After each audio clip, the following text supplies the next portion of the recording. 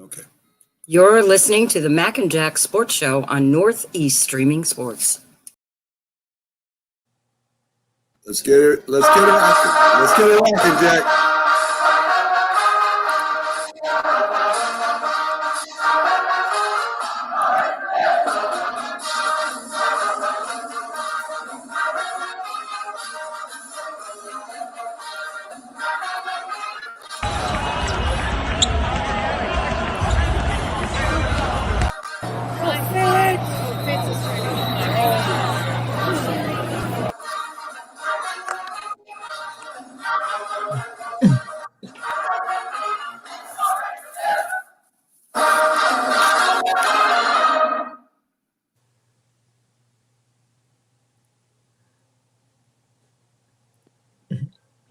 Good morning, everyone, and welcome to the Mac and Jack Sports Show, streaming live on Facebook, YouTube, and Twitch, 8 to 10 a.m. Wednesday through Sunday. You can see our Facebook shows on Mac Sports Facebook page and Streaming Sports Network Facebook page. Sorry about that. With our platforms also on Twitter and Instagram. Like, follow, comment, share, and subscribe when possible. Check out the website on macandjacksports.com. called Max Insiders for information on weekly guests, articles, team public relations updates, a list of shows on Northeast Streaming Sport, our great sponsors with links to their products and services. I'm Mac with your co-host, Jack Hirsch, legendary boxing writer and former president of the Boxing Writers Association of America, bringing you national sports with special focus on Northeast professional sports from New York, Boston, and Philly. Good morning, Jack. How you doing? Good morning, Mac. You know, Mac, most sports shows go Monday through Friday, 5 days a week. We go 5 days a week, but Wednesday through Sunday, which gives us a little bit of an edge in this way. We had a chance to cool off a little since Sunday, and now it's Wednesday. We're not back on the air immediately, so we could talk about things a little less emotionally, perhaps, a little more with a level head. So you know what I'm referring to. I definitely do, Jack. And today on our show, speaking of level-headed and talking about things, we have Philly sports guy Jamie Pags coming in with his Philly sports update, pretty much closing off the NFL for the Eagles anyway, and talking a little bit about the 76ers. We have a new show, Jack, that's coming and joining us on Northeast Streaming Sports called Talking Baseball with Sal Anioletti, a nice Italian name, and he'll be on at 9 o'clock, and he'll introduce the show, and we'll talk a little sports, baseball, especially with him. I understand he's a New York Yankee and New York Met kind of guy. I think Yankees is his favorite team, so he has something in common with both of us, and he covers the New York area, so we'll have him on. And then, Jack, we have the great Lance Meadow, broadcaster for the New York Giants, who's been on ESPN, Westwood One. He does a lot of Giants shows. He's one of the busiest broadcasters in the business, and he'll be on at 9:20. So it's going to be a very fast-moving show, ladies and gentlemen, and we'll get as much in as we can today. And I want to do a quick look at the update in sports before we get to the standings and close that out in the playoff picture, Jack. So this is brought to you by Fanatics. Fanatics is a great sports shop. Go to our website at macandjacksports.com and check out their link to their sports show, and go ahead and order items from your favorite teams and your favorite leagues. They have everything there: NFL, MLB, NBA, NHL, anything you could want as far as apparel goes, they have it there. So, Jack, in junior hockey champion, the U.S. beats Canada 2-0. We also have a judge ordering LSU to give unredacted copies of an arrest report on one of their running backs from 2016. The biggest news there is they fined LSU $16,200 for not turning over that report. Devontae Smith, Jack, from Alabama, wins the Heisman, the wide receiver there. And the Texans hire Nick Caserio, yeah, right, as their new GM.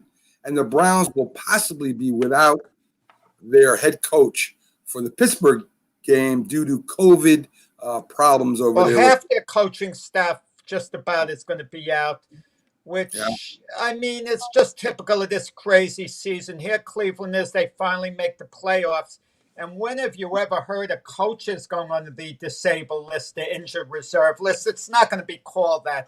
It's called the COVID list, but it's the same thing. I Right. mean, where coaches can't even coach the game. So Cleveland is going to be at a disadvantage. It's bad enough they're playing at Pittsburgh as is, but they're really going to be up against it without half their coaching staff. Yeah, and they'll be playing a Steelers team, Jack, that doesn't have subs in this time. They'll be playing the first string. So let's get to the final standings, Jack, for the year and the playoff picture. In the AFC East, of course, we all know Buffalo is in. Miami went to 10-6, and they're out. The Patriots went to 7-9, and the Jets are 2-14. They fire Adam Gase, and they have the second-round pick, Jack, in the upcoming NFL draft. That's going to dominate the offseason news. What the Jets are going to do with that pick, whether they're staying with Sam Darnold or not, and it's going to be very intriguing. Let's see what happens in the college championship game between Ohio State and Alabama. If one of the players, like Justin Fields, the Ohio State quarterback, goes on a tear, looks sensational, that could make a difference in the Jets' thinking. If Devonta Smith really lives up to his billing as the Heisman Trophy winner and plays a sensational game, the Jets might be thinking, well, let's give Sam Darnold him as a weapon. And the Jets could still draft a quarterback in Zach Wilson from BYU, Mac, because the Jets have a couple of later round first rounders, you know, with the Seattle deal for Jamal Adams. Yes. They could pull some type of deal. If Zach Wilson falls to, let's say, 12, 13, they can trade up and maybe for a couple of first rounders. So don't count the Jets out as far as getting a quarterback, even if it's not Justin Fields. Definitely agree with that, Jack. In the West, the Chiefs, of course, are first seed. They'll get the bye during the playoffs. The Raiders do finish 500 after that hot start. The Chargers win 4 in a row, going to 7-9, and it looks like their head coach is out, Jack. And Denver loses 3 in a row, finishes in 5-11. So even with the Chargers making that little run there, their head coach looks in trouble, Jack. Listen, I never like to see a guy get fired. Not at all. And the Chargers won their last few games in a row. But Anthony Lynn's been there 4 years. There's something I have to say also. We don't like to see the coaches get fired. But these coaches have a sweet deal because most of the time when they get fired, it's not when they've played out their contract. Anthony Lynn has a contract that goes through next year, as does Adam Gase. So they're going to be getting paid nice money. Right.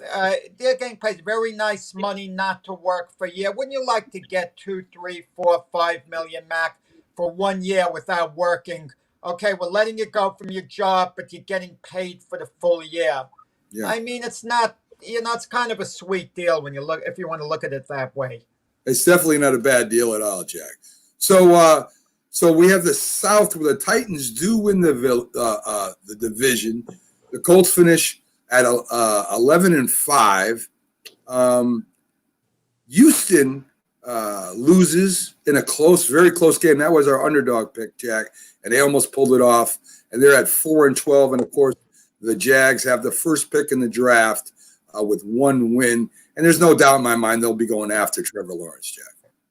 The only small chance they won't, if Urban Meyer gets a Jacksonville job, and for some reason he loves Justin Fields so much because that's that Ohio State link. Right. That would be the only possible way that they would maybe flip-flop with the Jets 1 and 2 if the Jets gave them a couple of more first rounders. I doubt if that'll happen. I seriously do. But the only tiny chance of Trevor Lawrence not getting picked by Jacksonville would be in that scenario. Very true.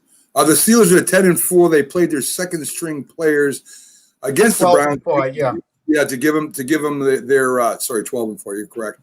They played the second stringers to to give Ben a rest, which, he's been beat up this year, and some of their other starters. The Ravens and Browns are both in the playoffs, tied at 11-5, and the Bengals are at 4-11, Jack.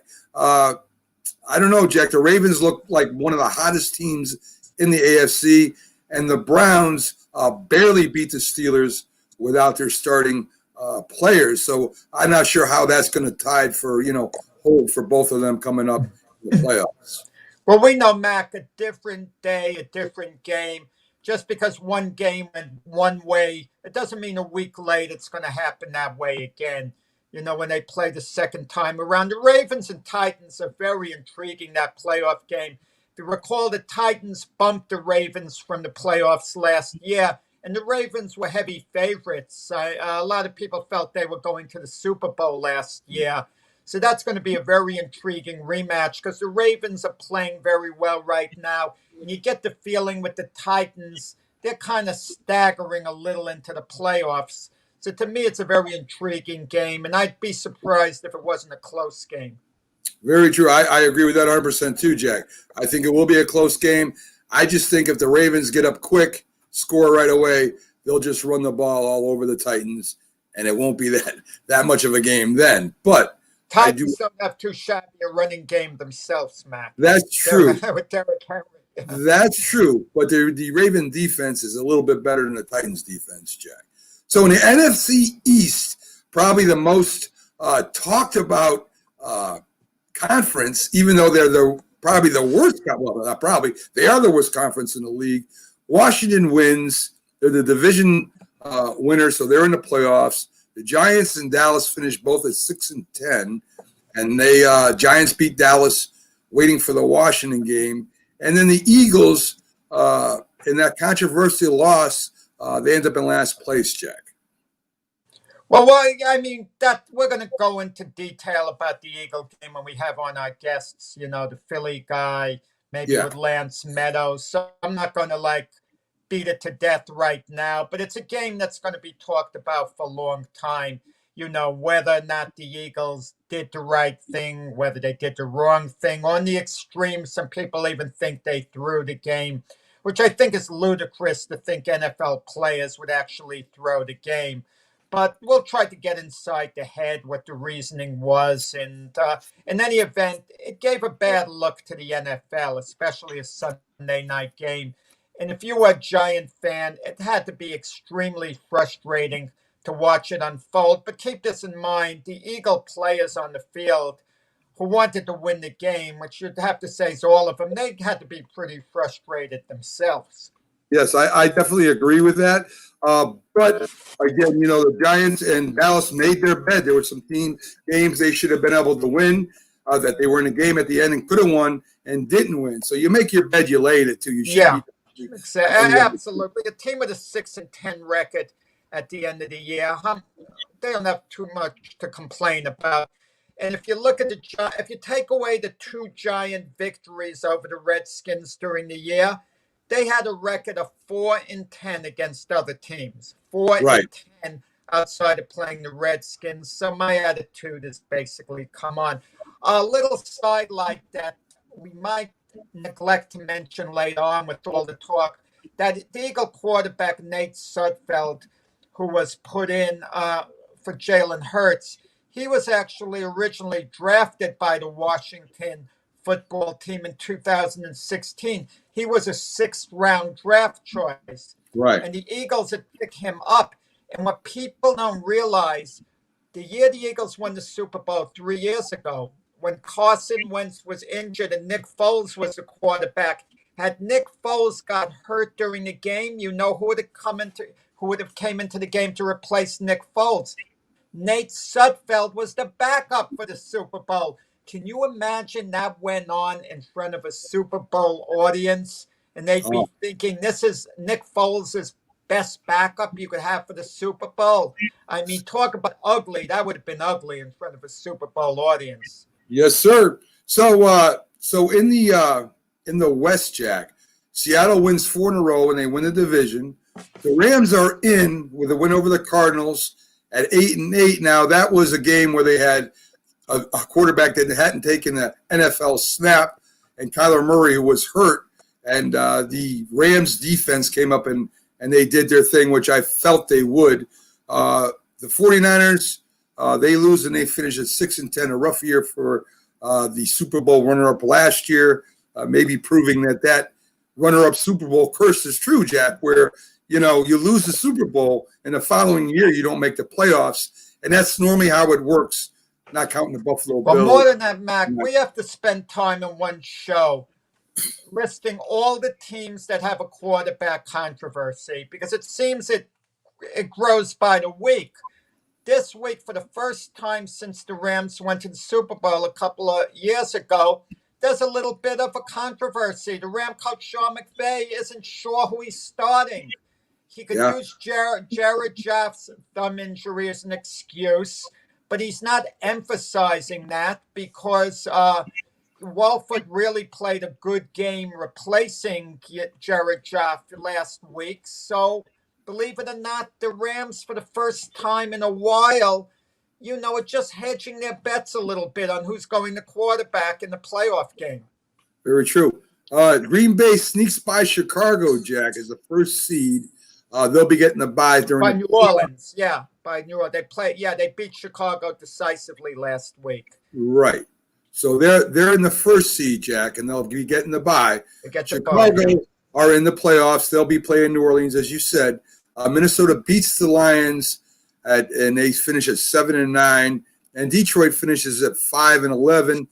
I don't know who would want to coach the Lions at this point. I mean, I know a lot of people out there, a lot of coaches just want to be a head coach, but I don't know if that's a kind of job that if I was a person in line to get a head coach, an organization that I would want to go to, Jack. Well, the first thing you look at is what they're going to pay you, the amount of years, the type of money. You hear the Detroit Lions a little bit thrifty with what they pay coaches. So it maybe is not the most appealing job based on the compensation. That's what the word is. Then you look at who's the quarterback, and you see Matthew Stafford, and you say to yourself, not bad, an excellent established NFL quarterback. But then you look at his age, how long he might be there, and then you think that's okay as long as I could do well a couple of years. And it's not the most appealing job out there. High-profile coaches aren't going to run to Detroit, but some assistant who wants an opportunity bad enough, will go there. So it won't be hard to find a coach. I don't know whether you heard, Mac, the Los Angeles Chargers are said to have some interest in Jason Garrett. Yes, I heard. One day they're talking about him maybe getting fired as the Giant offensive coordinator. And the next day, you hear about him maybe being a head coach again. But he does have a pedigree with his years from the Cowboys. He's a very likable guy who's been around a while. Yeah. And also thinking he's a so-called quarterback guru. So maybe he'll continue to help with Justin Herbert's development. It's possible, Jack. I mean, we'll see what happens. I know that the Giants' defensive coordinator signed an extension, so he's not going anywhere for the foreseeable, the near future. In the South, Jack, New Orleans, they win without running backs, Jack. They still win, finish 12-4. Tampa, of course, is in the playoffs at 11-5.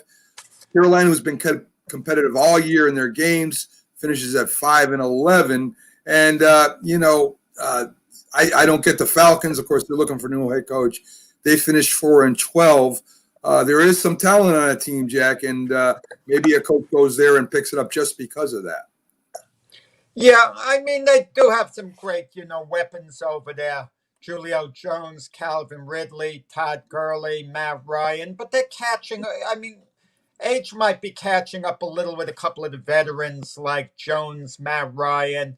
And it's hard to tell whether Atlanta should be in a rebuild situation. I kind of think reboot. They've lost a lot of close games. So their record of 4-12 isn't reflective of the talent on the team. But again, is it really a high-profile job that a coach is going to want to go to, that a well-known coach who can pick and choose would want to go to? I agree, Jack. So That's it for the standings for the year, Jack. That's our last time we cover that segment. But we do have the wild card weekend coming up. And on Saturday, you have the 7th-seed Colts at Buffalo. Should be a good game. The Buffalo Bills look like they're on fire. The Colts have a solid team, and they seem to play well in certain games and other games not so well. But they do have a great running game, and their defense was listed amongst the best. In the NFC on Saturday, you have the Rams at the Seahawks. Very interesting game. The Rams normally have the Seahawks number. At least Jared Goff does. We'll see what happens on who's starting there for the Rams. And the Bucks at Washington, Jack. What do you think about those games? Let me tell you, I like to look at games and tell myself, playoff games, which team needs to win more? Which team needs to win more? Who does it mean more to as a franchise? And you look at the Buffalo-Indianapolis game. And if Indianapolis should lose, they could say, okay, we had a decent season. We got into the playoffs. No one really expected us to go to the Super Bowl. You could say the same thing to the Bills, about the Bills to an extent. People weren't really picking them to go to the Super Bowl. But look, the Bills have been to the playoffs the last couple of years. They haven't won a playoff game.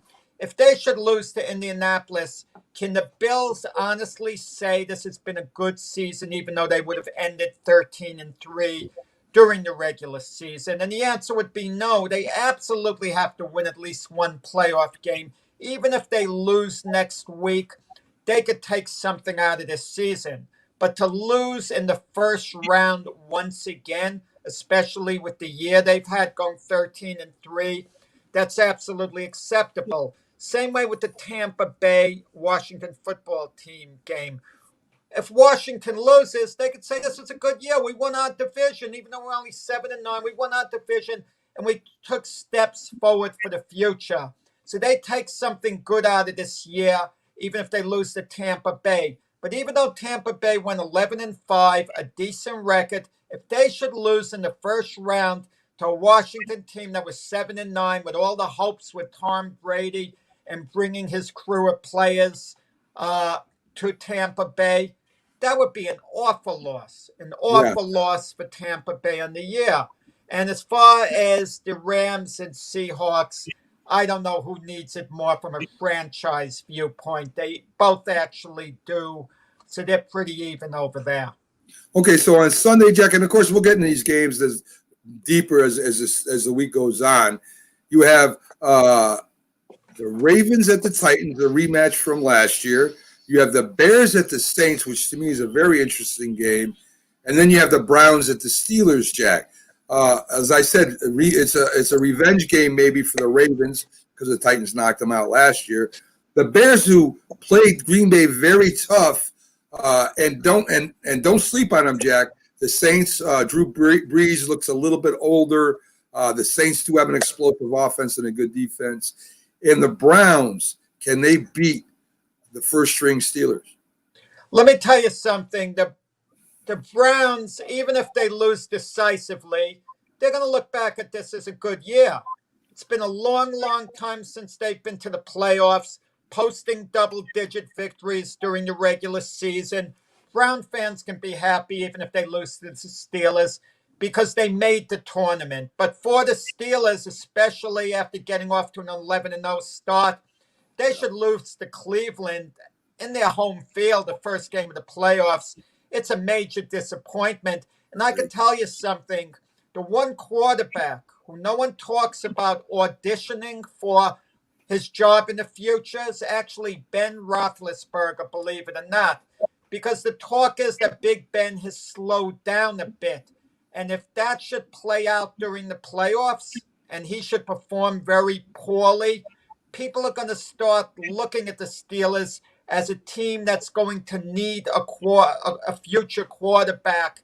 And so Big Ben is really, in a certain sense, auditioning. If he could show he's his old self, all's well in Steeler land. Yeah. Yeah, I mean, I agree with that. Jack, backstage right now, we have a great friend of the show. He does a great job on his shows and all the videos he does. And, of course, he knows what we're going to ask him because that's been the talk of the NFL since the Sunday night game, but we're also getting some 76ers with them, which they're playing very well right now. But let's bring them up. The Philly sports guy, Jamie Pags. How you doing today, Jamie? Good morning, guys. Happy New Year. Happy New Year to you, too. I'm too mad at you. I'm not going to talk. Only joking around. I'm not even answering the trivia question for you this time. No. Listen, let me just open up. Obviously, we're going to talk about Doug Peterson's move, sitting down Jalen Hurts for Sudfeld. Things like that have been done before.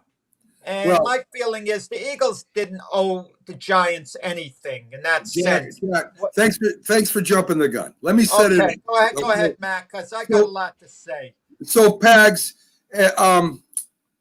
even Sal Anioletti came out and talking about calling for an investigation against the Eagles. The national broadcasters have been talking about it, arguing about it. Former players have been talking and arguing about it. So this is going to be, for me anyway, you know what team I'm a fan of, but I'm going to take that and throw it out. I'm going to take the Giants and the Cowboys and throw it out the window for a minute because they got what they deserved. They had a shot to win some games this year. They didn't win them. That's their own problem. So I'm going to approach this from an Eagles player, a Eagles fan perspective, and that's divided too. So, of course, Wentz wants out. We know that already. He wants to be traded.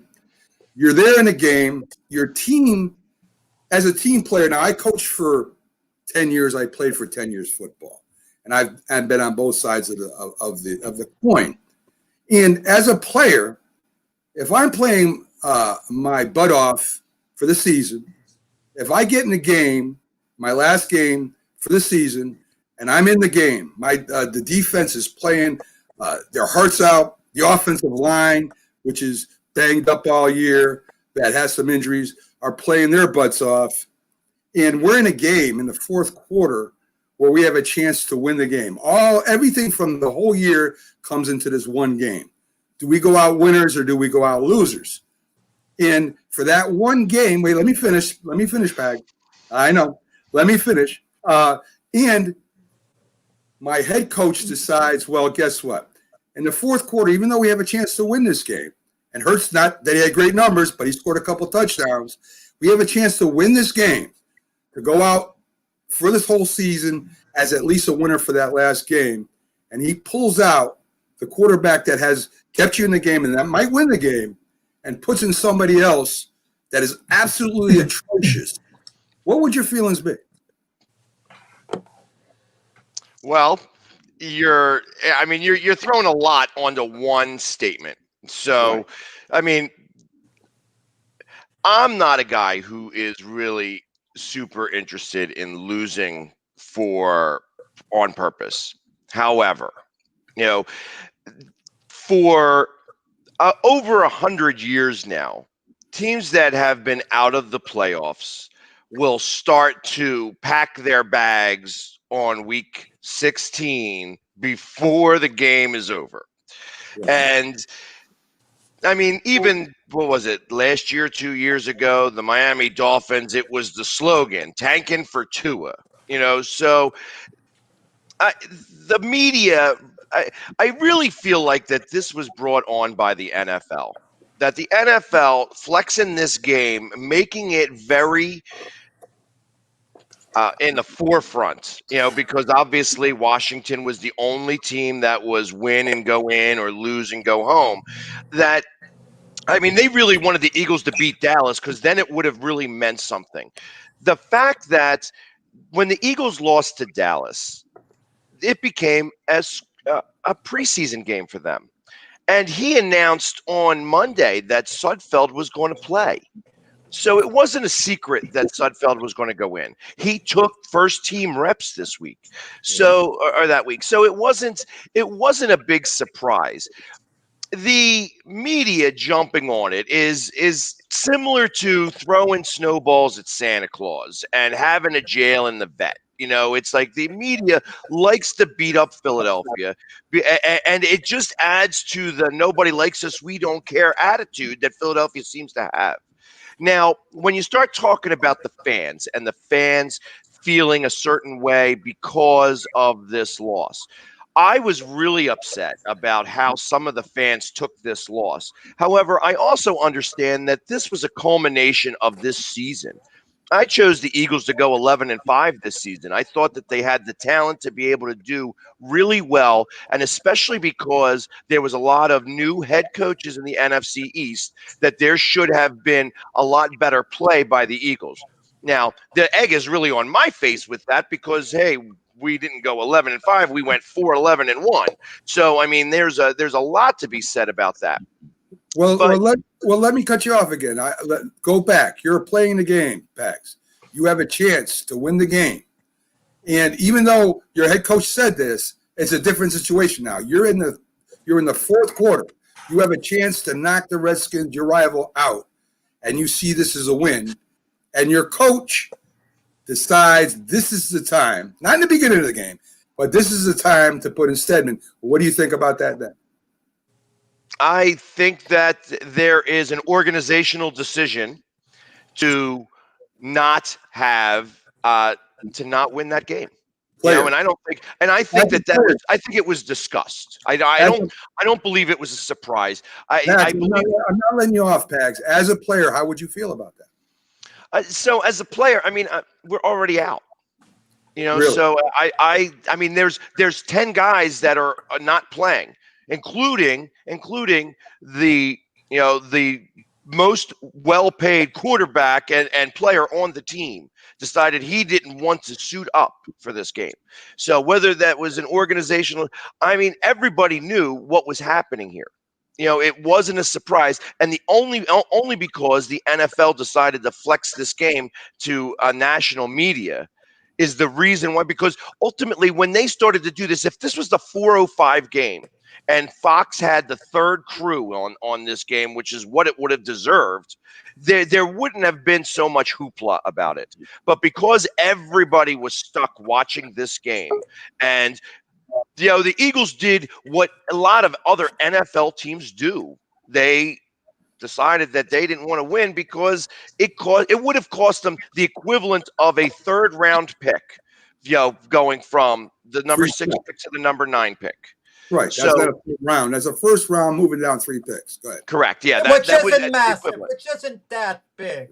I talked to an NFL team about that. Third round picks go for a lot right now. I mean, we're talking about going from 9 to 6. 6 to 9. 6 to 9, yeah, right? So, that's 3 slots. That's I mean, that could be the difference between getting Jamar Chase and some other guy. You know what I mean? So let's call the spade really a spade. not. Yeah, I don't. We have a difference of opinion. It counts for something. I'll agree, but I don't think it's massive. Okay, in this situation, especially since the Eagles aren't going to be in the market to draft a quarterback. What upset me?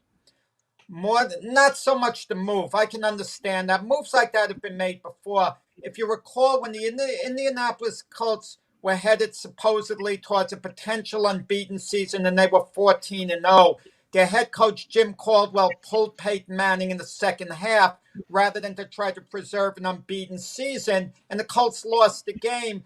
And I remember Manning going to Jim Caldwell saying, "Put me back in," but they wanted to rest their guys for the playoffs.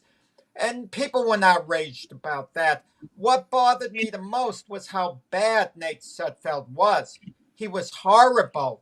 And I can't see a quarterback of that caliber holding a roster spot on an NFL team. And it hurts me to say it because I know he was trying his best. Maybe he was trying too hard. But those incompletions were way off target. He didn't even resemble an NFL quarterback.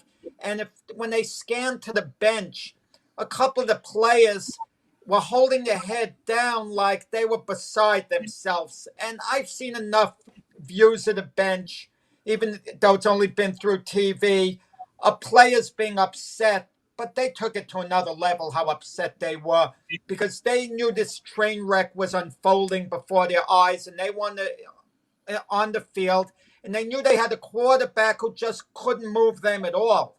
So it's very frustrating because you knew Sudfeld just wasn't going to move the ball. He wasn't going to score. I mean, And this was the backup. I said to Mac before, Pags, imagine this happened during the Super Bowl if Nick Foles got hurt when Sudfeld was the backup and he performed like that during the Super Bowl game.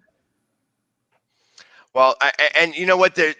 There isn't any argument for that. I mean, he was ridiculously bad, and I feel like that's had he moved the ball even some, because Jalen Hurts wasn't so great either. You know what I mean? He had a 25.4 passer rating. He only ran for 34 yards, however, 2 touchdowns. But like, even when he went for it on 4th down, I understood why they didn't kick the field goal, because why? Like, why? What are we trying to do?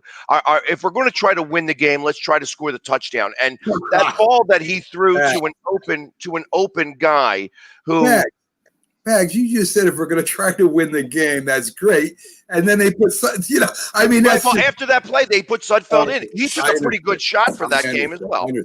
Hey, okay, so Pags, let me put it one other way to you, and I'm going to put this to bed, because to me it's over with, it's done. And again, I just want to work this philosophy in for you. With you, you're on a team. You're on a team, and you're in business. I'm not sure what business you're in. But you're working the goal to get this huge account, all right? And you guys are almost there. You guys almost got a big account. You're working as a team all week to get this. And the manager who is in front of you is leading you to the charge. You're gonna win a big account. And the owner of the company takes that manager out and throws somebody else at you. At the end. So all right, I got to stop you, because you're not counting oranges for oranges. If this was for a playoff game, which is what you're talking, I'm about to get the big account. That's the playoffs, and we lose. We go to a meeting where it shows in that meeting before the we have to go to another meeting after that, but we have to go to one meeting where it shows that somebody else is going to get this account. But now we still got to go to that last meeting, because we have to now save face just so that we can get it for the next time. Okay. Now that's a different story. Now I'm going to be going through the motions there. I'm not going to be playing my A game because somebody else has got the account. I'll accept that. That's another element that no one's really talking about. I haven't heard at least about it. Why Jalen Hurts should have played to the end. Because it leaves the quarterback situation going into next year a bit more unresolved. I feel had Jalen Hurts played the whole game and he couldn't bring them back against the Redskins, that gives the Eagles more of an excuse to name Carson Wentz the starter next season if they wanted to. Could Doug Peterson have been a little scared that had Jalen Hurts led the Eagles to a comeback victory, then going into next preseason, he basically has to name Jalen Hurts the starter, and maybe he doesn't want to. It's a thought. I mean, it's a thought, but I don't put a lot of credit to that. I feel that this was going to be a competition for quarterback next season. I don't think Wentz goes anywhere. I don't believe he's going to get traded. It's going to cost the Eagles way too much money to do that, and for him to just give back the entire signing bonus as a credit is going to be, is unheard of, and the NFLPA would probably step in for that. I got to ask you one question. Why wasn't Wentz in uniform? Was he given a mental health day? I'm not sure. So that's a little bit up for debate. I don't know if it was his decision. I mean, it came across that he decided that he wasn't going to dress. He's getting paid. He's getting paid to do a job. Whether he was getting paid to wear football clothes or getting paid to wear street clothes, it didn't really matter for that game. Like I said, I feel like that with 8 minutes left in the Dallas game, that was when the Eagles really had the best chance to save face and put him in to see if he was going to be back to being the savior of this franchise. When the coaching staff didn't do that then, that was where the mistake was made. Then once we made this a preseason game, we treated it like a preseason game. And even though, all right, so when the players get embarrassed by play, because that's what happened. They got embarrassed by Nate Sudfeld. They felt embarrassed for Nate Sudfeld, and they got that. That's what made this a much bigger story. Yeah. That's really what it comes down to, because the players are prideful. They Yeah. have egos, and to see that happen, it was just like it was quicksand from the gate. He But threw Pags, that it's not interception a and big then that Eagle. fumble. Let me just say one more thing on the matter. Right. It's Well, not a big- Well, look how- let me get this one question into him, Jack, and then your point, and then let's get the 76ers. Like I said, I want to talk about that because they got some good news with Philly, I think. Now, when the Steelers didn't play their players, they reached that pinnacle. They ended the playoffs. They won their division. Great, they're in. Now, as you say, to go from the 6 to the 9 pick, or the 9 and 6 pick, I should say, may be a big difference. How is that different? I mean, if a coach is willing to do that, isn't the same as throwing a game like that to tank? And you said tank for 2, and Miami played incredibly during the second half of the year last year. They had a real good season, even though they had draft picks coming. So, but when you tank for that reason, Pags, if you think that's good, why not tank for other reasons? You know what I'm saying? I mean, if you're willing to tank for a draft pick, then why not tank for money? Why not tank for a better position? Why not tank for? I mean, when you say that, like it's a good thing to do for an organization, that can bring you down a slippery road, Pags. Because now I agree. Okay. So do you think that Jacksonville tried to win any games the moment the Jets won a game? I'm not sure. Yeah, I mean, but nobody's talking about that. You know what I mean? They despicably played over the last couple of weeks the moment that the Jets won a game. You know what I mean? Because there was no chance that they were going to give that up. They were very competitive, and then all of a sudden they fell off the map in terms of competition. And that's the thing that I'm talking about. Now, Houston, let's take J.J. Watt, in other words, because his words went viral, saying, hey, because they didn't have a draft pick. They gave that up to Miami. So they went out and played their hearts out to try to win a game, because ultimately they're actually, by winning that game, they would have helped themselves out because Miami would have gotten a worse pick. But I also believe JJ Watts is old school. He's going to play whether they're 0 whatever or 10 whatever. Okay. Well, I just want to make my point with Carson Wentz. He should have been in uniform. Had he been in uniform and they put him in the second half, and he led the Eagles to a win, which would have been quite possible. Think of the feeling this offseason, which would have been towards Carson Wentz. He would have ended the year on a good note.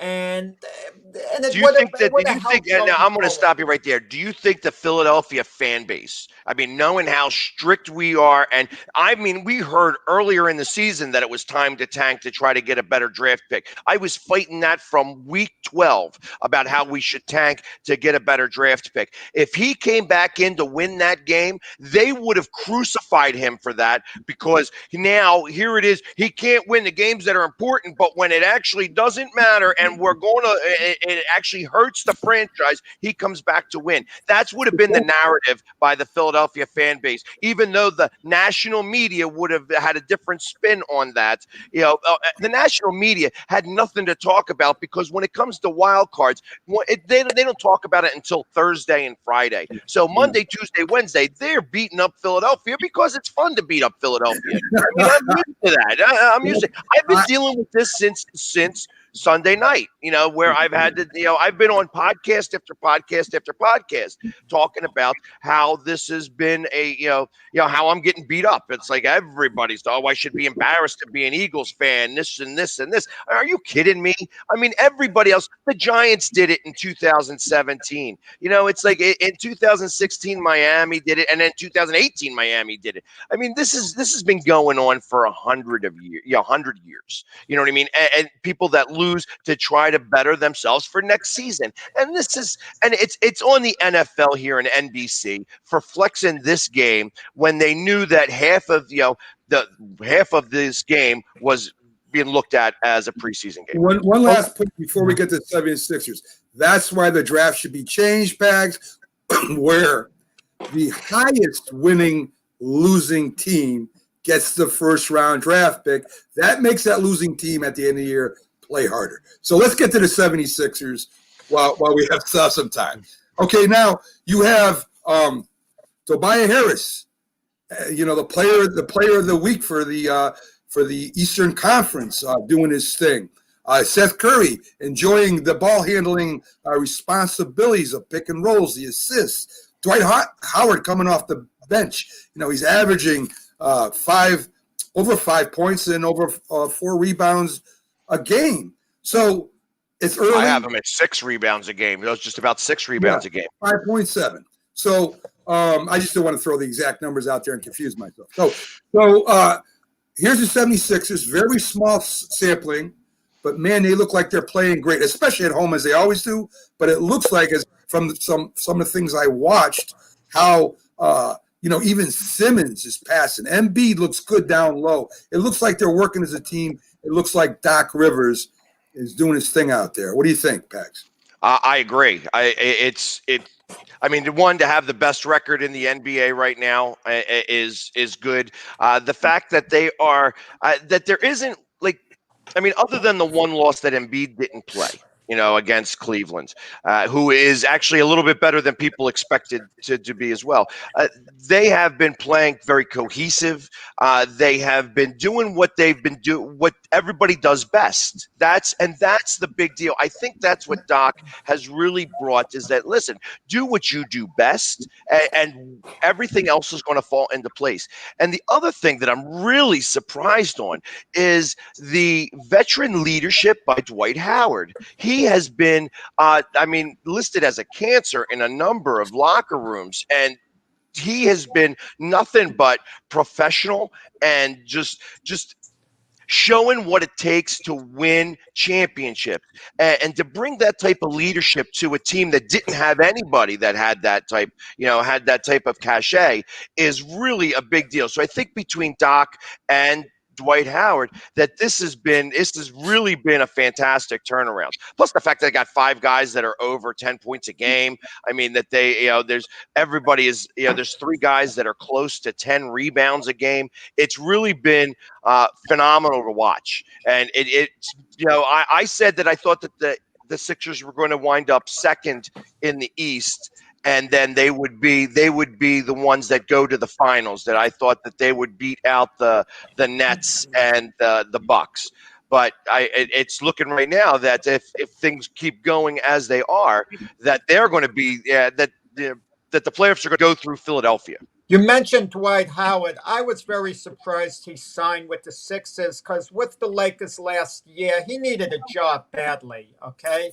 And he had to basically behave himself for the full year, show he wasn't going to be a cancer in the locker room, and he climbed on board. He more or less had to under LeBron James's leadership there. But they won an NBA title, and he said next year he's going for the contract. He wants to make money because he had a small contract by NBA standards with the Lakers. Yeah, he goes to the Sixers, and he got, I believe, a 1-year deal at low money again. So that kind of surprised me.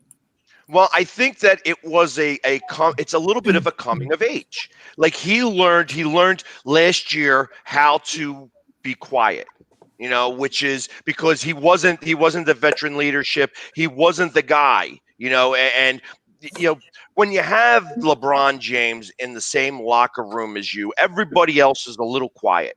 It just happens that way because you have, arguably the best player in the game ever in the locker room. So he's going to have the say. It's his team. It's not Dwight's team. So before that, Dwight was always having a power struggle because he wanted it to be his team. Now he goes to the Sixers as a little bit more of a veteran. Now he's learned how to handle a locker room, how he's able to show, and he's really good at the off the court stuff, where he's keeps his body in shape. He's really a great specimen of an athlete, and that is some of the bigger points that some of the Sixers didn't have. I mean, you heard the stories last year on how Chick-fil-A was making a mint on Joel Embiid, and that was something that happened like before every game and every road trip, and it was, those little things add up. And once you start not to do those things, it becomes a big deal in terms of, that it leads to failure. But now they've got blocks in place now to shore up that foundation, which is really Simmons and Embiid.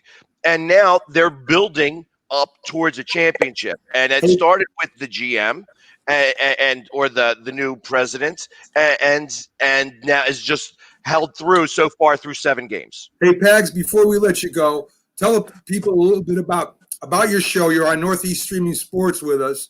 Tell us a little bit about what plans you have coming up. I heard rumors out there about certain things that might be coming up new with you. So why don't you let the folks that are viewing and listening at home to let them know about your show and what possibly would be coming up in the future. So the show is Birds Breakdown, and we're about to finalize our season this week. We're having an Eagles powwow. We're going to have a whole bunch of guests on, and everybody's going to talk about, especially since of what happened last week. There's a lot to talk about and how this offseason is going to go. And then we may bring that throughout the season. We may try to extend that to a bi-weekly or a monthly situation. However, we're switching over to a winter format for Philadelphia sports and talking about the Flyers and the Sixers, because starting next Wednesday, the Flyers, the orange and the black take the ice, and there's a lot of high hopes with that. And of course, the Sixers are playing really well, so we're looking to get started with that. And then also we're in the works on starting an NFC East podcast where I've been working with a Giants and a Cowboys fan, and it's hard to find Washington fans that are interested in talking for anything longer than 2 minutes, because there's just not that many of them. But I mean, so maybe if they have a little bit of run, if they beat Brady, all of a sudden you'll see a lot more Washington fans happen. And then the last thing that we're doing is I've made a New Year's resolution this year to raise $25,000 for charity, and I'm starting off with the Eagles Autism. And if you've seen me in my uniform, I have the shoulder pads, and I look like a football player, and I'm going to be running a 5K on May 22nd. So I'm going to be looking for donations and trying to raise as much money as possible to start off my year doing that. So I've got a lot going on, and I am going to be down at the Super Bowl to do some interviews, and even though the Eagles aren't going to be on it, the Philly sports guy is going to be there in full regalia and doing interviews and talking to other fans. Mags, we might use you down there a little bit. I'll be in touch with you. I know you'll be running your show down there too, but I might want to get like a few minutes at a time with you just to come on here, and we might have Byron Williams down there with his camp too. We're hoping that he gets down there where he has ex-NFL players and stuff like that. It should be really great. And I don't know how you did it, Bags, but that's great. Great job today. You handled the questions well, represented Philly well. We're glad you came on, and you have a great day, and we'll see you soon. We'll see you next week at least, Bags. I appreciate it, guys. Thank you very much. Yeah, Happy New Year. Happy New Year to you guys. So there you go, Jack. Pags, Jamie Pags is a Philly sports guy, handling it all, speaking like a true fan and true professional that he is. We kind of bugged him a little bit. We had to, as part of our job, to see what's going on inside that Philly sports down there in Philadelphia, what's going inside their minds of the fans and the press down there. So what we're going to do, folks, we're going to take a quick break. We got Sal Anioletti coming up, talking sports with Sal Anioletti. Can't wait to talk to him. Saw some videos of his shows. He loves talking about New York baseball, and we love New York baseball. He's got a show, I guess, coming on to Northeast Streaming Sports, too. We're glad to have quality people like him on the network. So right after the break, folks, we'll be back, and we'll be interviewing Sal and what he does, his upcoming show, and we'll get to know him a little bit. So we'll be right back after this with a timeout, folks, and we'll see you real soon. Let's see if I can get this to work, Jack. You know, I'm still learning this. And, you would think after all this time on this computer here, I'm old school like you, that I They would know. pay you not only for hosting, but what you could do in production. You Yeah, can go and that's sweep not the working. floors and do all the odd jobs that I Yes. don't do. And, that's not I'm working just too well here right for now, myself. I just But- show up for the show. You do all the technical stuff, man. So let's come back. Let's have some words from some people, and we'll be right back, folks. If you served honorably in our nation's armed forces and you're looking for a way to continue serving your fellow veterans in your community, then join AMVETS. Each year, AMVETS members volunteer millions of hours at VA healthcare facilities from coast to coast, helping to improve the lives of their fellow veterans through the VA Voluntary Services Program. AMVETS posts and departments also participate in a wide variety of community service projects, ranging from Americanism in our schools to supporting the Special Olympics and Boy Scouts of America. If you no longer wear the uniform today, you can still serve through the AMVETS by joining today at amvets.org. Hi, Grandma. What's for dinner? Hey, honey, I'm making stew tonight. Ooh, can Nina come over? I'm not sure about our new friend. I wonder if there's been any drinking going on. Alcohol at her age can lead to so many bad things. I've been meaning to ask you, what would happen if someone offered you a drink? Grandma? This is hard. She's so young, but I know I need to talk to her about it now before someone tries to give her alcohol. If anyone ever does offer you a drink, I want you to say no. I have too much respect for my family, and I don't want to get in trouble. Okay. Really? I promise, Grandma. I love you too. Okay, how about tasting this stew and telling me what you think? Some children may try alcohol as young as 9 years old. It's not too early to talk about drinking. For tips on how to begin the conversation, visit underagedrinking.samhsa.gov. That's underagedrinking.samhsa.gov. This message brought to you by SAMHSA and this station. When you hear the word asthma, you probably think of shortness of breath, coughing, or inhalers. Lots of things can trigger asthma, but the fact is that asthma doesn't just attack, it can kill. But with proper medical management, asthma is controllable. If you experience shortness of breath, wheezing, tightness in your chest, or persistent nighttime coughing, you may have asthma. See your doctor and get the facts. You'll breathe easier. For more information, call 211 InfoLine. A message from the Connecticut Department of Public Health, keeping Connecticut healthy. Talking, they will hear you every single time. Oh, we're getting killed. Yeah, well, Kyle's not here. How come? Kicked off the team. Didn't Tim tell you? Kyle and some other kids got caught drinking beer in the park a couple of nights ago. Really? Yeah, 0 tolerance. He's out for the season. Come on, it's a first offense, right? That we know of. But why should that matter? He knew not to drink. I've made it clear to Matt that's what we expect from him. What have you said to Tim? Nothing really. You know, a lot of kids try it at this age, so. Yeah, well, a lot of kids don't try it too. I'm not saying that Matt's going to be this perfect kid, but if I don't tell him what we expect and why he shouldn't drink, how's he going to know? You think kids that age really listen? They never admit it, though, but they hear more than you think. Talk. They hear you.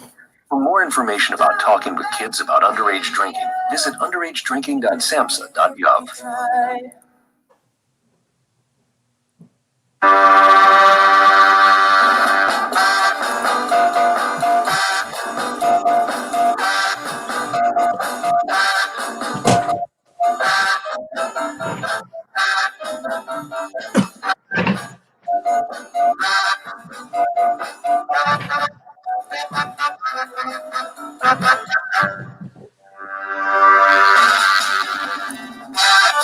Good morning, everybody, and welcome back to the Mac and Jack Sports Show on live. Wednesday through Sunday, 8 to 10 a.m., bringing you all the sports we can in the least amount of time, Jack. So we had on, Jack, the Philly sports guy, giving us the updates down in Philadelphia. And we got a special guest coming up. It's Sal Anioletti. I hope I'm pronouncing it right. He'll be on in a minute to straighten me out if I'm not. So we're going to bring him on board. He's the newest show up on Northeast Streaming Sports. I've seen some of his shows. He does a great job down there, and I can't wait to get him up here. So let's bring him up and it's Talking Baseball with Sal Anioletti. Am I pronouncing that right, Sal? Yeah, everybody does. Yeah. Hi, Sal. Good morning, gentlemen. Hey, Sal, before we get into it, and I want to talk a little Yankees and maybe a little Mets with you too. But Okay. before we get going, why don't you tell the people that are viewing right now about your show and what it consists of and the topics you cover. Okay, good morning, everybody. I'm Sal Anioletti. I'm the host and creator of Talking Baseball with Sal Anioletti. This show came about because of my father, actually. The show's dedicated to my dad, who passed away almost 5 years ago. And he always wanted me to play professional baseball. I went to Lafayette High School in Brooklyn, where Johnny Franco also went, but he's a little older than me. Since I couldn't play ball, what I used to do was I used to write about the Yankees and all this stuff, and my father used to yell at me and go, "Oh, you should do something about this." So I went to the Connecticut School of Broadcasting. I was accepted twice. So after I retired from the New York City Sanitation Department, I says, okay, let's give it a whirl. My friend Richie, who's a big Elvis tribute artist, was on somebody's show at Hamilton Radio, and I looked around and the light bulb went off in my head. And I asked this woman, Jerry, I said, did you go to school for this? She says, no, I just did it off the cuff, And I says, So what I actually did at first was I did a wrestling podcast first. Then I made my way over to baseball. And since January 2019, that's what I've been doing. We cover Yankees, Mets, any kind of baseball, college, the minor leagues, like what's going on with the Trenton Thunder, no longer a Yankee affiliate. They moved over to Somerset, where the Patriots are. And now they have a new league called the MLB Draft League, and the Trenton Thunder are a part of that league. And we love to cover everything, and we're also involved with the Miracle League of Mercer County. Miracle League, if anybody wants to look that up, I posted one of the shows that I did. They help the handicapped kids play baseball. They have a special field made of clay, so the kids can get their wheelchairs and whatever accessibles they need to get involved with. And that came about, and I met Sean Casey of MLB Network. He was part of the show. He was our first guest last year. And he does the same thing out in South Hills, PA, with a gentleman called Timmy Gephardt. And we took the show on the road last February, and we were out there with them, and it was a great ride. Sal, so we got a few things in common. First, I went to the Connecticut School of Broadcasting also way back when, about too long ago, when when they had pods, they didn't have the computer set up for them fooling around with now and the carts and stuff like that. Yeah. My dad's from Brooklyn, so he was born and raised there. And me and Jack both are avid Yankee fans. We have a guy from Start Spreading the News called Dr. Paul Semendinger, a popular Yankee blog out there that comes in on Saturdays, and we talk about the history of the Yankees and all that stuff. And as far as the Mets go, my grandfather was a huge Mets fan. He's from Long Island. And I was able to sit down and watch, in 1969, when I was 7 years old, watch the Mets World Series in 69. So I've always been following the Mets. So it's great talking to you. We're excited about having you on. And I'm an old Brooklyn boy myself. I played ball at the parade grounds, went to Tilden High School. So, well, it's funny you said that. My dad's family's from Carroll Gardens, actually. My father's father was a peddler in Brooklyn. They had the fruit and vegetable store on 4th Avenue between Carroll and President Street. And I wish when my father and his brothers were alive, I would take notes, because my dad was an old hot dog vendor in Brooklyn. Wow. And they would tell me stories about going to Ebbets Field, walking through Prospect Park, and hearing who hit this home run off of this guy. And the stories, they're like insane. Just Mac, those were the days with the little transistor radios, listening to the games as a kid. Those were the days. And my dad would tell me how they would sneak into, either at Ebbets Field or the Polo Grounds and get into the stadium. They find a hole in the fence or wait outside for home runs so they could, get the ball and keep the ball. So that's excellent stuff. So Sal, let's get into the Yankees a little bit. I've been complaining about they have a philosophy or a map they're following. They have been following for the last few years anyway, where they're more worried about the relief pitching staff, which we have. They arguably have one of the best in the league, and they kind of let their starting pitching staff go by the wayside. And it's great when you're playing during the regular season, when you're beating up on teams. But when you get into the playoffs and you're behind by 3 or 4 runs against the very good teams, that relief staff is not only is it not effective as having another great starting pitcher, but when you're behind by 4 runs and you're being pitched all year, this relief staff is overused. They're tired by the end of the year. They don't look as good. So I said last year when Cashman had a shot to go out and trade or make a signing of a good starting pitcher, he went out and got another reliever. And again, we go up against Tampa Bay, and the starting pitching staff just hasn't panned out in the big games. Do you think they'll change that philosophy or that strategy? Well, they need to. If you think about it, what you just said, you touched on the starting pitching, and I said it on the show quite a few times. You think about the last time we won was 2009, and you had Burnett, you had CC, you had a good staff, and if you follow over the years, they really haven't gotten a real good starter until we signed Garrett Cole last year as a free agent. So it's like, okay, where's the starters? What's his name was down on the list, Severino. Hopefully he comes back. We may not see him until maybe July. You need a starter. Do you go out and bite for Trevor Bauer? Who knows? You got a lot of guys you can trade. You could go out and trade Andujar and maybe Frazier, get a good starter. Do you go out and grab a free agent and take your chance on like signing a guy like Matt Harvey, who always wanted to pitch for the Yankees? You got Britton, you got all those guys. You brought back Adam Warren. You got Holder, I think, is gone. I'm not sure yet. You meet Tommy Kahnle, who was great. Went to the Dodgers. You need a good, like my father said, starting pitching always stops great hitting. It's been a philosophy for years. So right now, the Yankees are looking at competition now in the East. No, Tampa Bay has got rid of Snell. Who saw that coming? I didn't see that coming at all. That was a shock to me. Snell and Morton too. Yeah, and that's a shock. And I'm going, okay, they're pulling a Florida Marlins act now, because after Florida won their championships, they got rid of the whole team. Right. So I go, here comes Tampa. Now, the team that's always scared me in that division was Toronto. Toronto was always good. They played great, and then they just fell off the wagon.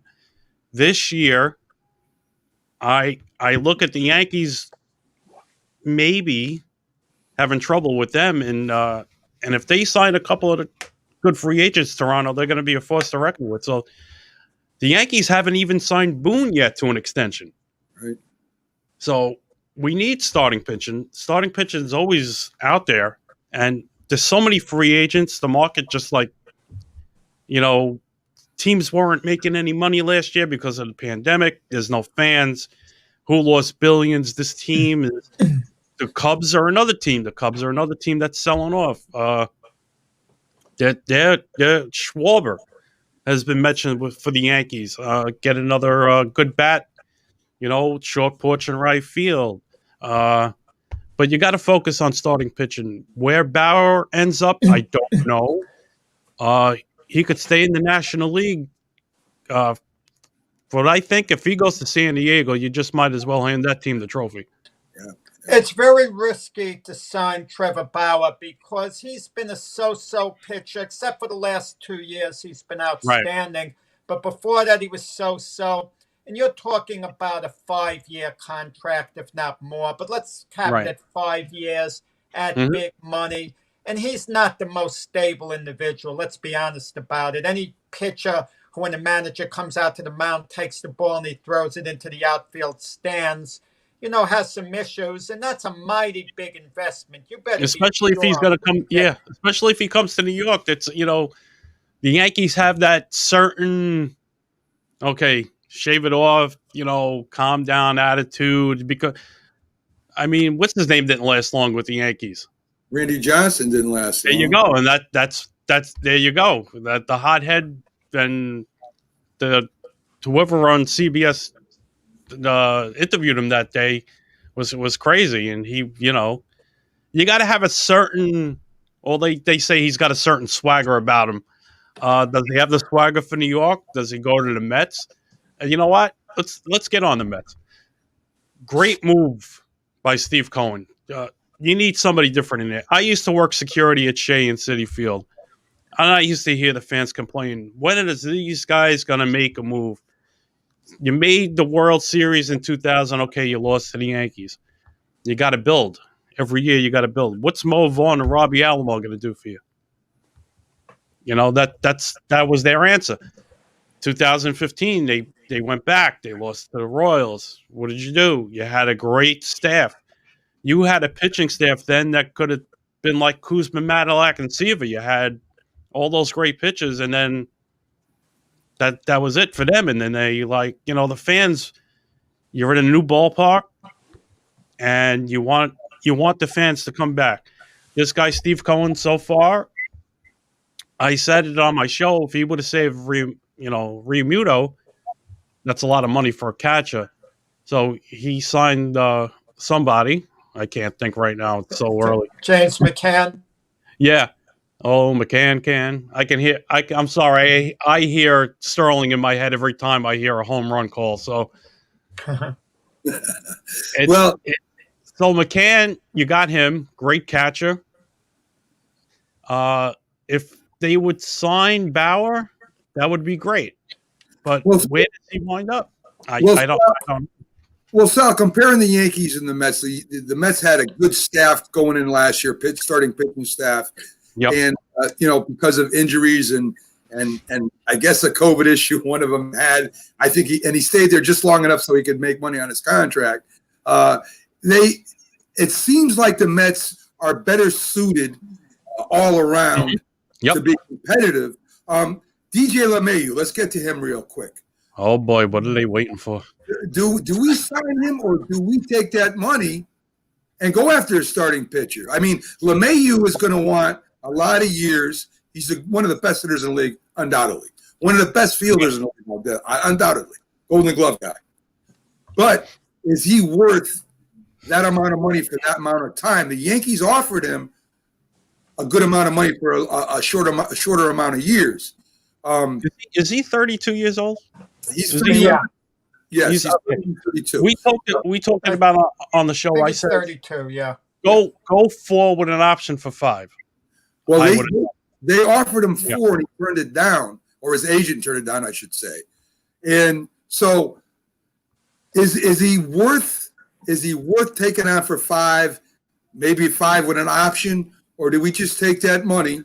We go get us a shortstop. Move our shortstop back to second where he belongs, and go get a starting pitcher. I would sign DJ. You got to sign DJ. He's your top guy. He's the best leadoff hitter they've had in a while. I would sign him.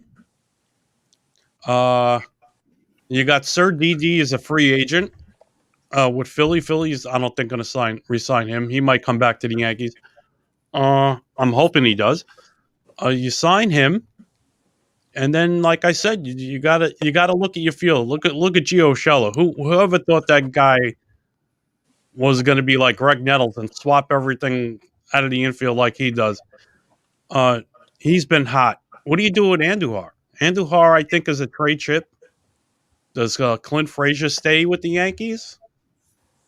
I don't know why they didn't sign Brett Gardner, because if the fans come back, and hopefully they do, I would want Brett Gardner to have the proper send off as the longest tenured Yankee. He's heart and soul on that bench.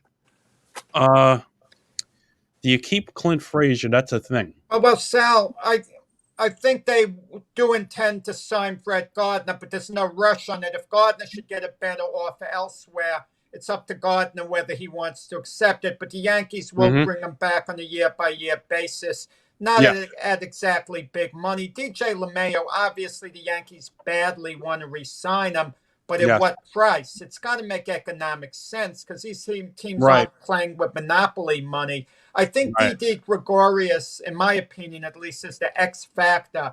If he should sign with another team in the meantime, that goes out the window, the Yankees' plan B. Then they the pressure's really going to be on them to move quick on LeMayo, because I kind of feel the Yankees are thinking if LeMayo goes elsewhere, they'll sign Didi and move Gleyber Torres back to second base where he really belongs. So I think Didi Gregorius is the X factor, and you get the feeling Didi does want to come back to the Yankees.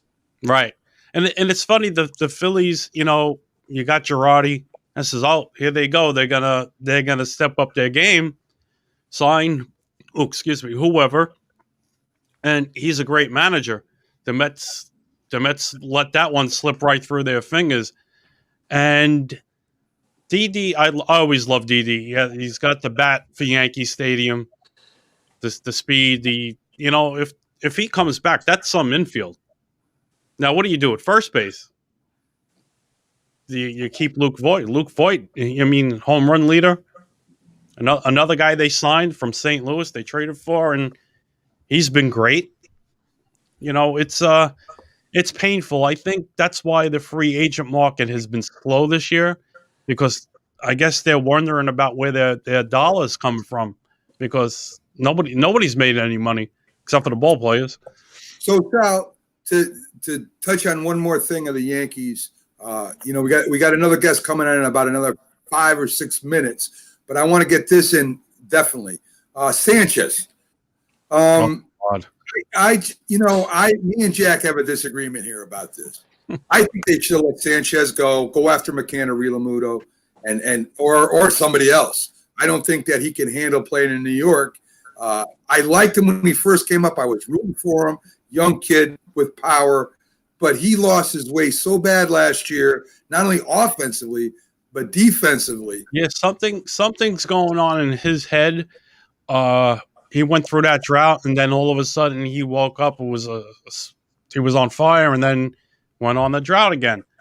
I like Higashioka. He's a great catcher.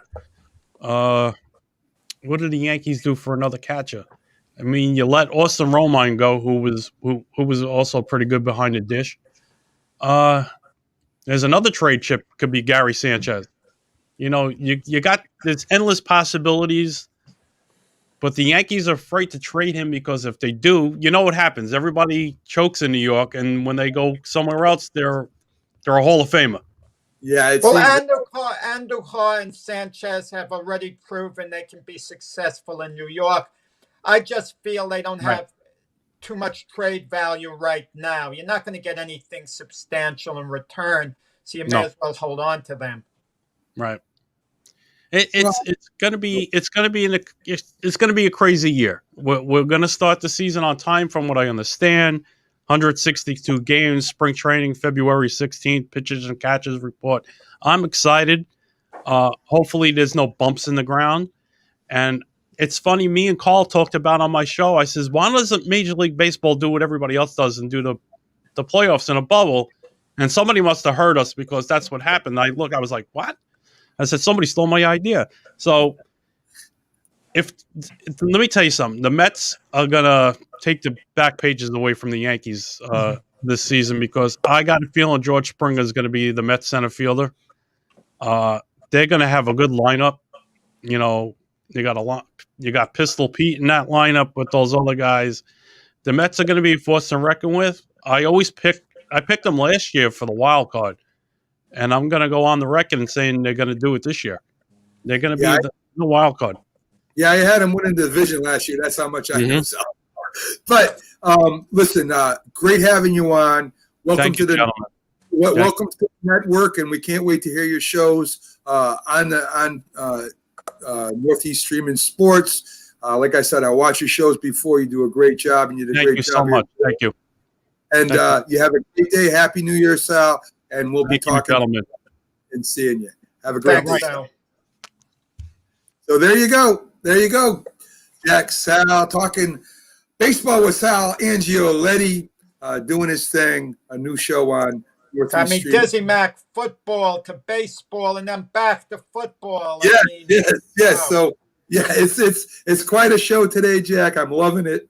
And You did a before little NBA, I forgot, with the Philly guys. You have yeah, mixed it up. we did talk NBA today also, Jack. So it's been as you say, a very busy show today, and I'm enjoying it. We should have Lance Meadow coming in here in a little bit, folks. But before we get to him, and since he ain't here yet, Jack, we do have a Wall of Fame inductee every week into our Wall of Fame on the Mac and JackSports.com webpage.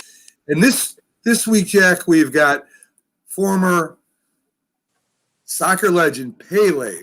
Now, I was going to list all the stuff that he has done in this banner, but you can't fit it in there.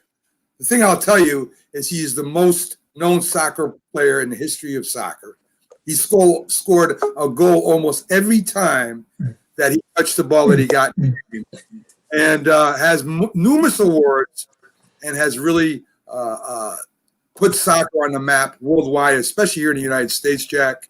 And so he's our latest inductee on the Wall of Fame, is Pele. And we do have Lance Meadow backstage right now, folks, to give you some end the season maybe wrap up for the Yankees. I mean, for the Giants. Talking Yankees, I'm going to go to Giants. And we'll talk a little bit maybe about Sunday night's game if he wants to go there. And so let's bring Lance Meadow up. Again, too many guests. Yeah, here we go. So we had Lance Meadow, Giants expert, to the program right now, Jack. How are you doing today, Lance? I'm doing very well, guys. Thanks for having me. I've been called worse than Sal, so it's fine. No worries. I mean, this has been one of our busiest shows for the year, Lance, and we've had a bunch of guests in, but you're always my favorite Giant expert to go to, the busiest man in broadcasting, folks, former ESPN, Westwood One, Giants broadcaster for games, halftime, post game. Also was on a few different podcasts. Lance, let's quickly get to Sunday night's game between Washington and the Eagles and the effect it had on the Giants. Now, I believe that the Giants made their bet, right? They finished 6-10. They had a couple shots to win the games that they could have won, and we wouldn't be talking about it. But as far as a football, not a Giant fan or a Giant player, just as a football fan, to see something like that when you have a chance at winning a game and you had players that have been out there the whole game and the defense was playing their hearts out, the offensive line was playing their hearts out. This is the last game of the year. You have a shot to go out and win this last game, and to pull Hurts out when, even though ineffective, he still ran for a couple touchdowns, and he made the Eagles competitive. And to put the third-string quarterback in there had me scratching my head. Well, I agree with you. I think the Eagles did play hard, regardless of who was out on the field. Because, see, the thing is, organizations can want to have better draft picks, cannot necessarily think about winning in the final week is the biggest thing. Players, because they're not guaranteed to come back to the team the following year. So why are they going to be caught up in terms of the logistics of draft order? But I will say this. Any individual that had a problem or an issue with what Philadelphia did, which maybe you could argue is not putting their best players on the field in order to win a game, okay? I don't think that can be debated. Also has to have a problem, in fairness, with what the Steelers did, guys, because Cleveland needed to win to get into the playoffs. Now, Pittsburgh knew it was going to the postseason, but Mike Tomlin decided to rest a lot of his starters. So when I hear people start to throw around the word integrity, and at the end of the day, this is sports entertainment, okay? This is not life and death. We do need some perspective here. But if you are going to talk about the integrity of the game, okay, and the importance of everybody going out there in Week 17, putting it all on the line, trying to win a game, then I have a problem with what the Steelers did.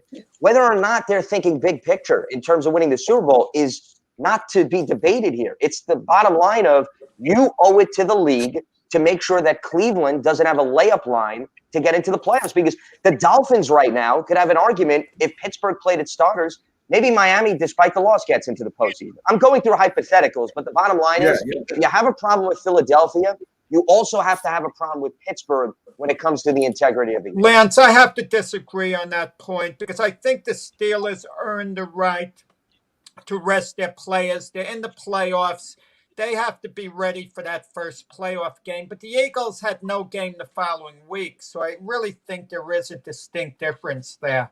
Well, but from a momentum standpoint, I would disagree with you because the Steelers are not playing their best football right now. They've struggled in terms of running the ball. Their defense has been plagued by a lot of injuries. I understand they've earned the right to maybe rest a few guys. And if a guy's hurt, I'm not arguing he should play. But I also think there is something to be said about playing your best football at the end of the season and then carrying that over into the first week. And the Steelers did not have a bye. Plus, why isn't anybody arguing that Buffalo did beat Miami, but Pittsburgh going into week 17 had an opportunity to get the number 2 seed if the Bills slipped up? So isn't that enough momentum or a reason to play your starters in the final week of the season to maybe get the number 2 seed? You know, Lance, you have won me over with that. I agree with you that if you're going to talk about integrity of the game, that means everybody should be playing to win the game. And I agree with that 100%. I kind of had a different feeling on that, but I agree with you right now. I think that no matter what it is, you should be putting your team out there. If you want to go off integrity and you want to go off the NFL and this is what it's supposed to be, then that goes for everybody, including Pittsburgh. And I also think, Lance, that Miami was affected by the Steelers not putting their first string on there because I feel that in that case, they would have beat the Browns. And so you are right. Miami does have a legitimate beef with that. So what do we do, Lance? This is the idea I've had for a long time, and I'm not the first one to have it. In the draft, I feel that the team with the best losing record should get the first-round draft pick. That way, nobody's throwing a game. Nobody's resting their starters so they can get the first-round draft pick. You got to work all the way up to the end of the season to get that first-round draft pick. What do you think about that? So let me just understand this. You're talking about the team that makes the playoffs, that gets ousted from the first round? I'm sorry, I'm misunderstanding you. No, sir. What I'm saying at the end of the year in the standings, the worst team gets the first-round draft.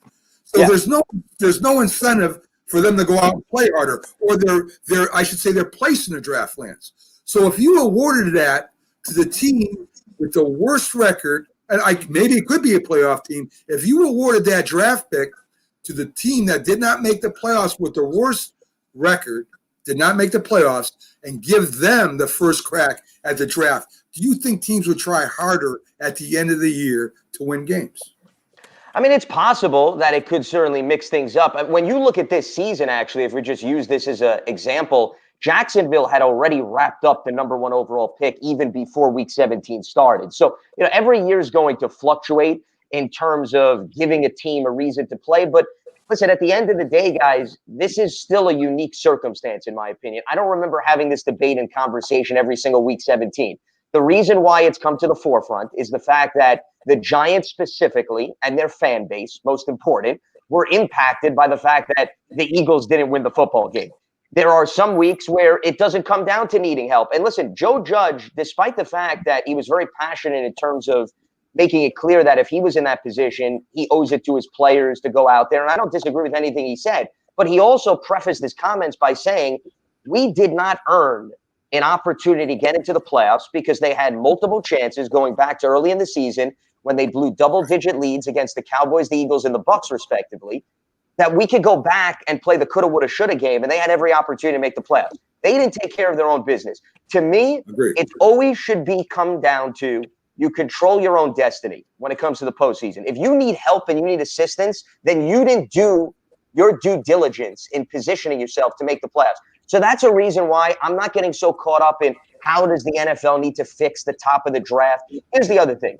The NFL has created competitive balance, and I don't want to mess that up. And what I mean by that is it's very difficult to make the playoffs every single year. There's 7 new teams that made the postseason this year compared to 2019. That means that we have healthy competitive balance. We have a high turnover rate. It's not easy to make it back every year.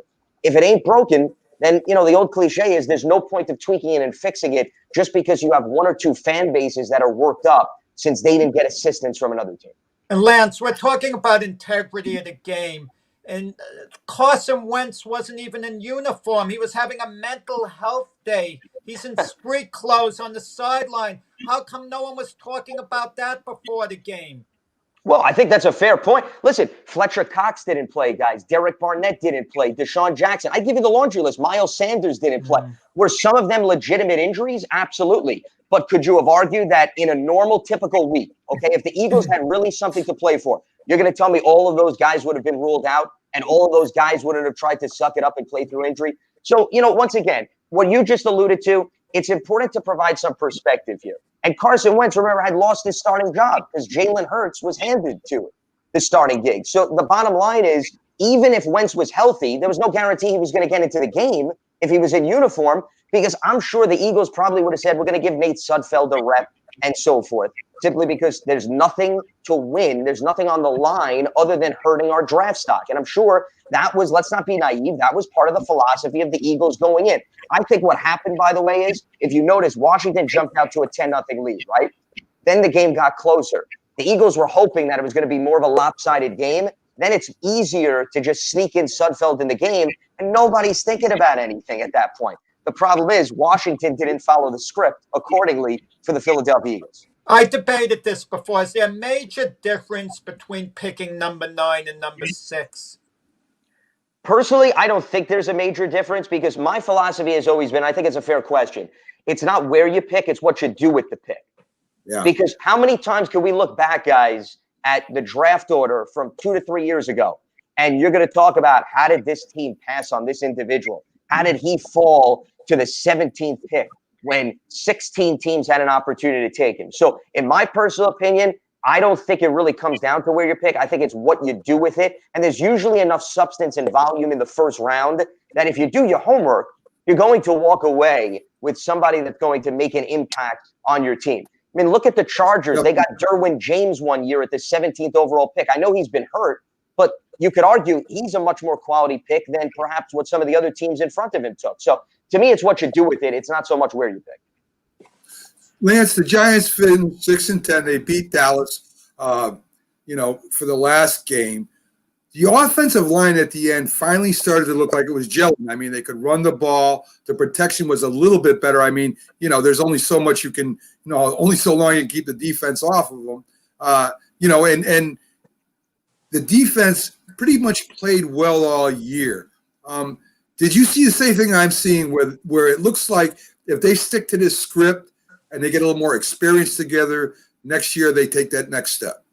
Yeah, I think that's the hope. I think based on how the defense performed, to your point, and I think I said this on the previous week that I was on this program, I think the defense exceeded expectations based on the fact that they didn't have an elite pass rusher and you had a lot of youth and inexperience and a new scheme. Now, I think a big win, by the way, that was announced the other day is that Patrick Graham is going to return as defensive coordinator and he's not going to pursue head coaching gigs. And the reason I bring that up is continuity now is the next phase of this defense. And what I mean by that is bringing the bulk of the roster back, making sure the scheme stays intact. So this way, where you left off, you can now tack on top of that and build towards the future. And the secondary is young, got a lot of experience. James Bradbury was a good investment. You look at Xavier McKinney getting some playing time at the end of the season. I do think bringing in an additional pass rusher of note is going to be one of the priorities this offseason. Adding perhaps another cornerback, you can argue, is another priority. But you want the framework to be in position to carry over. And I think the Giants are creating an environment where they could do that. That, to me, is a big positive. And this group got 40 sacks, guys. 40 sacks and 21 takeaways.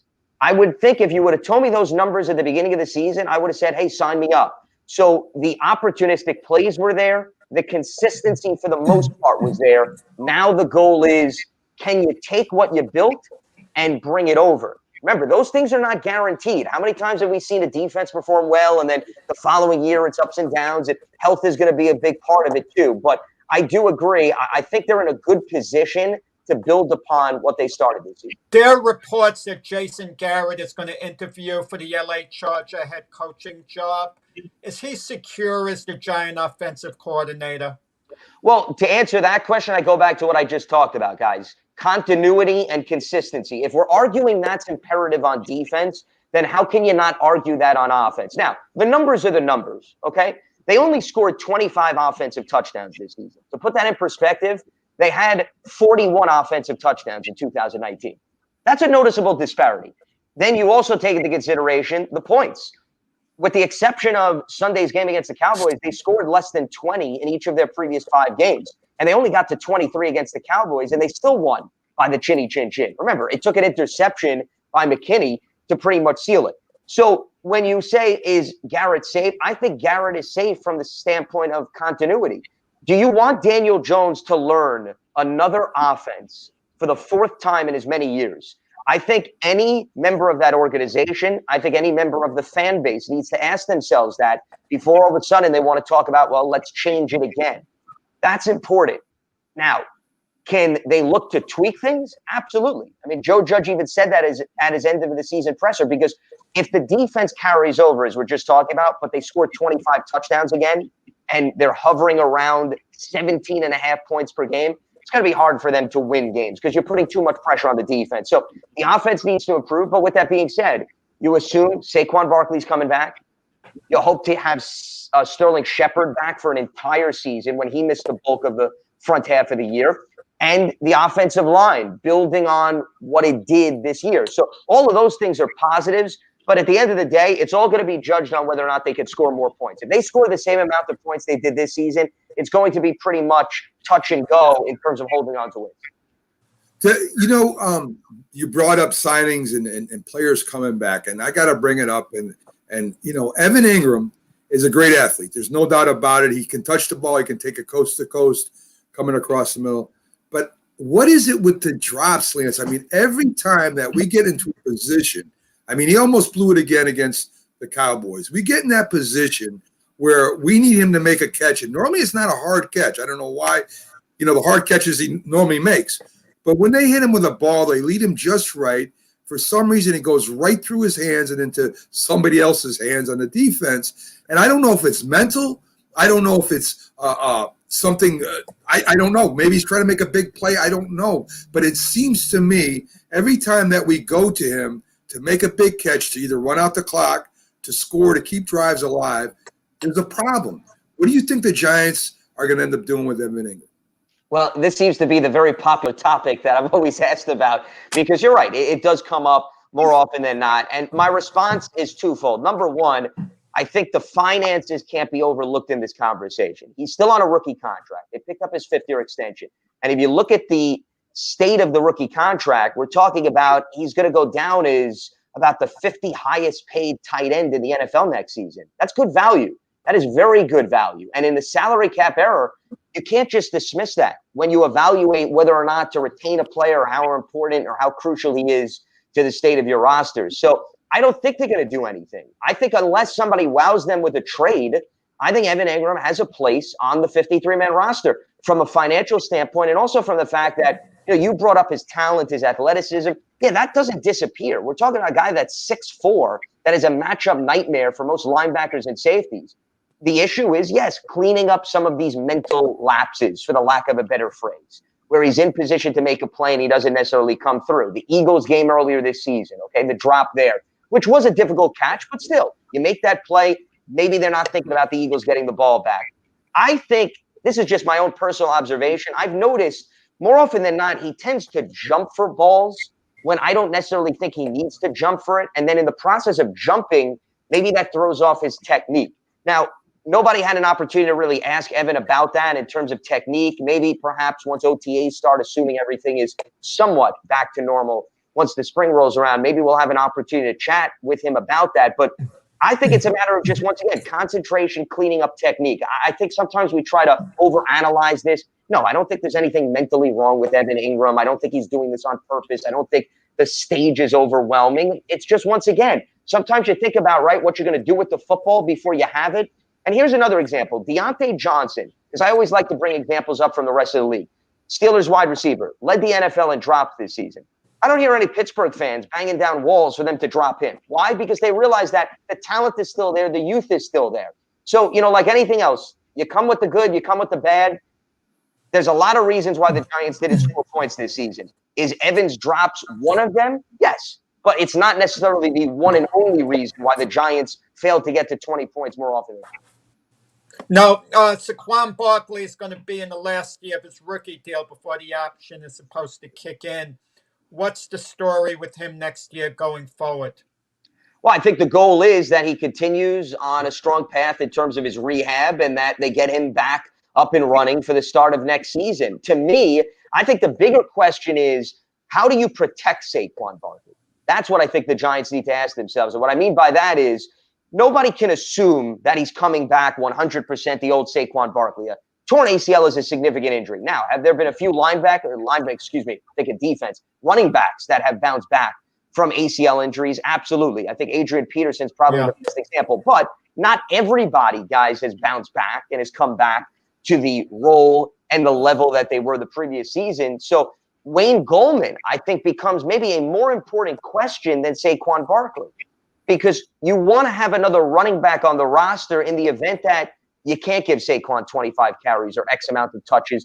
You have somebody that you can bring in who you're confident can get X amount of carries. I think Wayne Goldman showed an awful lot this season when called upon, but Wayne Goldman is a free agent. Does he want to pursue a starting gig? I'm sure he does. Do you have enough cap space to bring him back? That, to me, is something the Giants need to look at compared to maybe what they're going to get out of Saquon Barkley. But Lance, when I think of the two running backs, I think of Saquon Barkley as being a weapon, and I don't think of Wayne Gallman as a weapon. I think of him as a good, consistent running back. But Saquon Barkley is the type of back who could really make the big plays for you. No doubt about it. I agree with you. I would use him as a weapon as well instead of a running back label, because I think of what he does in catching the ball out of the backfield as well as what he does on the ground. There's no doubt about it. Anytime he touches the ball, he is in a position to make a big play, a game-changing play. But I don't think it could be overlooked that Wayne Goldman proved that he could be a very productive running back. He had a respectable yardage per carry. They ran the ball effectively once the offensive line started to build some chemistry. So he does have value on this team. And you also need to protect yourself from Barkley maybe missing a game or two or re-aggravating an injury. Think about this. We talked about on paper how the receiving core looked good, and then Sterling Shepard went down, and Darius Slayton was dealing with some injuries, and Golden Tate had his ups and downs. All of a sudden, what looks good on paper, guys, 3 or 4 weeks into the season, doesn't glow anymore. So the point is, you can never have enough depth at any given position. I think there's value in investing in somebody behind Saquon Barkley. That's not just going to be a change of pace back. That could be a guy that could get 15 carries a game and be productive. Lance, one more thing before we let you go, maybe two. I was a lot of people, well, I should say a lot, but some people criticize the way that the Giants were moving players in and out. Maybe maybe not giving them all enough experience. I was very impressed with the way they used the linebackers and offensive linemen, getting them all experience, especially in the defensive backs, getting them all experience and playing time, setting them up for next year. It looked like, to me anyway, that they were getting ready for the future, maybe this year in the playoffs, but at least for next year when you had Pert coming in and out, you had them linebackers coming out, defensive backs coming in and out, all getting valuable playing time and all learning the system at the same time. And being a former coach, I loved it. I thought it was smart and it was effective this year, Lance. Yeah, I agree with you. Well, here's the other silver lining, and you somewhat alluded to it, the amount of playing time that you gave the young players so that when you go into next season, it's not baptism by fire. And you weren't treating them like JV players this season, to use a parallel, because what I think Joe Judge learned from New England, and this can't be overlooked, and I've talked to a variety of Patriots assistants, the common thing that they always talked about was the fact that the Patriots, unlike any other team, prioritize coaching up their 53-man roster and their practice squad players, meaning the attention of detail that they put into coaching up Tom Brady when he was with the team was the same as what they did for the 53rd guy on the roster. And that's important. And I think we did see that with the Giants this season, because as you just hit on, When Darnay Holmes gets opportunities as a rookie right away, Cam Brown and Carter Coughlin, Tate Crowder. Okay, those are late round picks, guys, we're talking about. Very often in previous Giants years, I don't remember seeing those type of players come in year one and get as many snaps, get as many reps. Yeah, they played on special teams, but did they really get opportunities on defense to get their feet wet? You saw a lot of that this season. And then once McKinney got healthy, they put him in. So that to me is promising that now as you go into next season, those players were exposed to not practice intensity. They were exposed to game situations. And I think anybody will tell you there's a distinct difference in terms of the energy in practice and then going up against opponents that you're not familiar with, who you haven't been battle tested against each and every week. That to me was extremely encouraging, that I think puts them in a position to say, we did a good job developing our roster while at the same time trying to go out and win games. Not many teams can balance both of those things and achieve success. So, yeah, I don't think that can be overlooked. I think they were very effective on the offensive side of the ball with the offensive linemen, as you mentioned, getting a lot of these guys playing time. Shane Lemieux got in. Matt Peart got in. They were able to develop Nick Gates from start to finish. So now you go into next season having some competition in addition to what you're going to be bringing in, and also feeling good about, hey, you know what?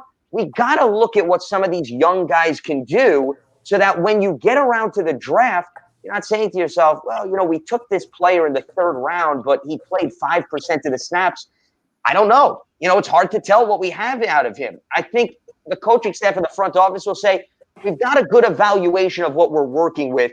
And I don't know if that could be said about previous years with the Giants. Agree. Totally agree. Lance, it's been great having you here this year. I mean, nobody knows the Giants like you, and nobody's as professional as you and sharing your knowledge. Hopefully, with the draft coming up, we can call on you again and maybe talk to you a little about the draft and what you think will happen with these players they draft, or you know, where they'll fit into the Giants this upcoming year. Again, thank you, Lance. It's been a treat having you on all year. My pleasure, Happy New guys. Year, Like I Lance. said, Happy New Year to you guys. I appreciate you having me coming on. Be more than happy to talk about anything, including, I guess, if we have to debate the integrity of the game for the 1,000th time as well. Take care, guys. Thank you, Lance. Have a good one. You got it. So there you go, Jack, the great Lance Meadow, who comes in and gives us his time, and he works well within our budget too. So it's coming in. Oh, yeah, he's fantastic. Oh, he's unbelievable. So, Jack, we're going to go ahead and take our last quick break. We'll be back on the other side, folks, with some more sports for you. Stick with us, and I hope you've enjoyed the show so far. We're providing you with some of the best guests out there. So we'll see you in a couple minutes. It'll be a quick break. We'll be right back, and thanks for tuning in. We'll see you on the other side.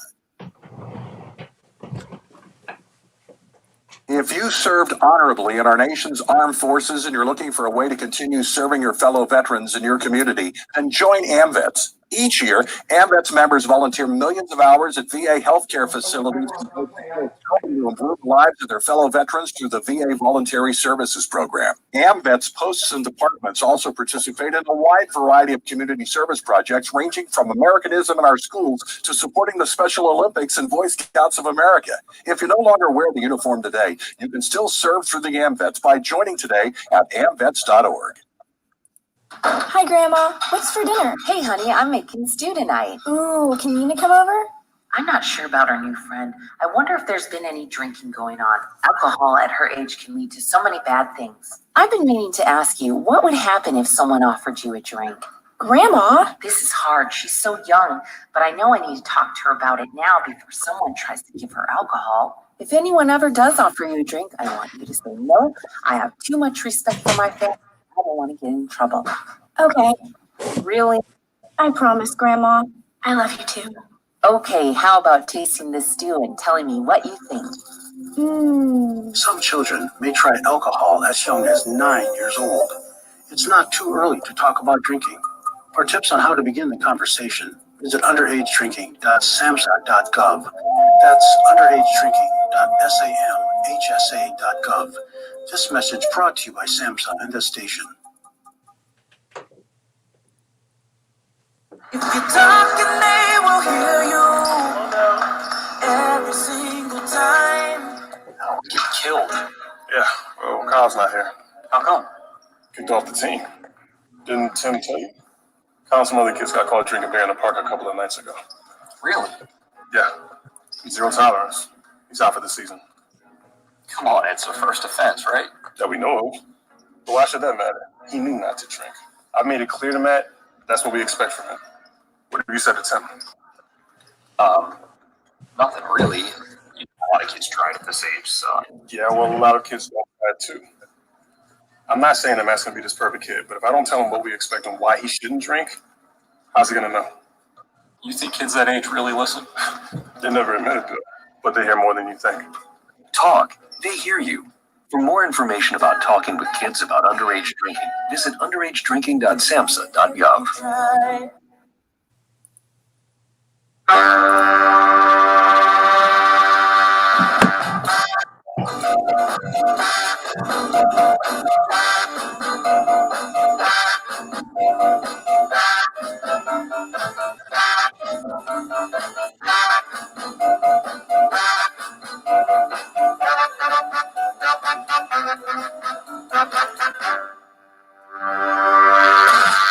Good morning, everybody, and welcome back to the Mac and Jack Sports Show. I'm your host, Mac, with your co-host, Jack Hirsch. Today, Jack, it's been a very, very busy show. We've had a lot of great guests.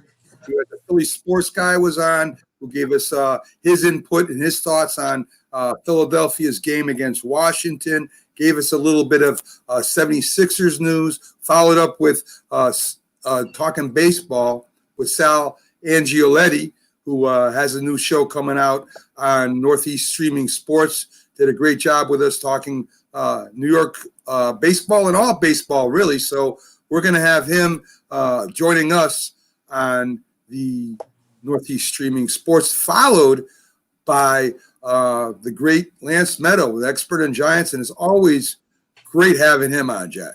He wasn't an apologist for the Giants. It would have been easy for him to say, well, what the Eagles did, not playing their starting quarterback, Jalen Hurts for now and pulling him out. He didn't complain about that. He agreed that the Giants basically made their own bed going into this game. And they did, Jack. I mean, listen, you can't expect other teams to win or lose for your, whether they win or lose, get you in the playoffs. I mean, you got to take care of business. A little crazy what they did, but listen, again, if you're gonna go ahead and you're gonna worry about whether another team loses or how they play or anything like that, I mean, you don't deserve to be in there, Jack. So, but even though he knows a lot more about football than I do, I'm entitled to disagree with him on his philosophy with the Steelers resting their players as opposed to the Eagles yanking out their quarterback. The Steelers earn that right because they're in a playoff position and they have to get ready for next week. The Eagles didn't have to get ready for the following week. I agree with that too, Jack. But again, if the people that are talking about it on a national broadcast, sports broadcast, are saying, hey, the integrity of the game, he does have a point. So, Jack, here we go. I wasn't going to skip out on this. I was trying to avoid the question by talking a little more about what the Eagles did, but I guess we made that enough. I couldn't go any further. Well, Jack, this is my first time the Eagles took out a quarterback with the game on the line. Is that the question? That's not a question, Jack. But it should. Maybe I'll look that up. So we're going to keep it inside the NFL, though, with this trivia question. And this is a current trivia question for you. Who is the highest salary paid player in the NFL? Now, this isn't counting incentives, just straight up salary. Who is the highest paid player? Wait a second. Patrick Mahomes signed the $500 million deal. Everyone has it. Everyone who signs the mega contract has incentives. I mean, the superstar players don't sign just for straight money without bonus clauses put in and so on. It's the guaranteed contract as well. Some players have a bigger contract than others, but at less guaranteed money. So is that a better contract? Is that a higher paid contract? But it has to be Patrick Mahomes at the $500 million deal he signed with the Chiefs early in the year. It has to be. I thought that has too. a bigger contract I than him, thought Mac. that too, Jack. But you're not listening to the question. We're talking about a straight up salary. Patrick Mahomes has a lot of different clauses in his Then contract. I would have to say, if you want to get technical, yes, we are. You'd then say Deshaun Watson, perhaps, but it's really Patrick Mahomes. No, it's not, Jack. That's not the question. Who is the highest salary paid player in the NFL is Aaron Rodgers at $34 million a year without incentives. And he also received a $58 million signing bonus. There you go. That's an incentive, Listen, I was just adding that in there, Jack. I was just saying that. Mahomes makes more money than Aaron Rodgers. The answer to the question of who is the highest salary paid player without incentives is Aaron Rodgers, Jack. So that's the answer to the trivia. Patrick Mahomes is the highest paid player in the NFL. That wasn't the question. I don't care what you're telling me. That wasn't the question, Jack. He signed a $500 million deal before the year. Aaron Rodgers got a signing bonus in there. We're not talking, Jack. And it's still less than Patrick Mahomes. That was an extra thing I threw in. The highest salary paid player without incentives in the NFL today is Aaron Rodgers. I don't care what you say. Zach, I'm putting it in my column like I was right. That way as far as I'm concerned. Go right ahead, Jack. Got robbed here for you to tell me that was the wrong answer. It was a wrong answer, Jack. I'm sorry. No, it wasn't. You're officially putting it down. Okay. Come on. Everyone knows Patrick Mahomes. He signed for $500 million. $500 million the guy signed for a total package of. And you're telling me about Rodgers, $34.5 million or whatever? Come on. You give me a Nick question, a NBA question.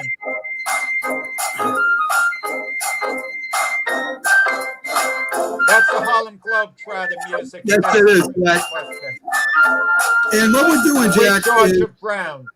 As we that's the right answer, Jack, but it's not a trivia question.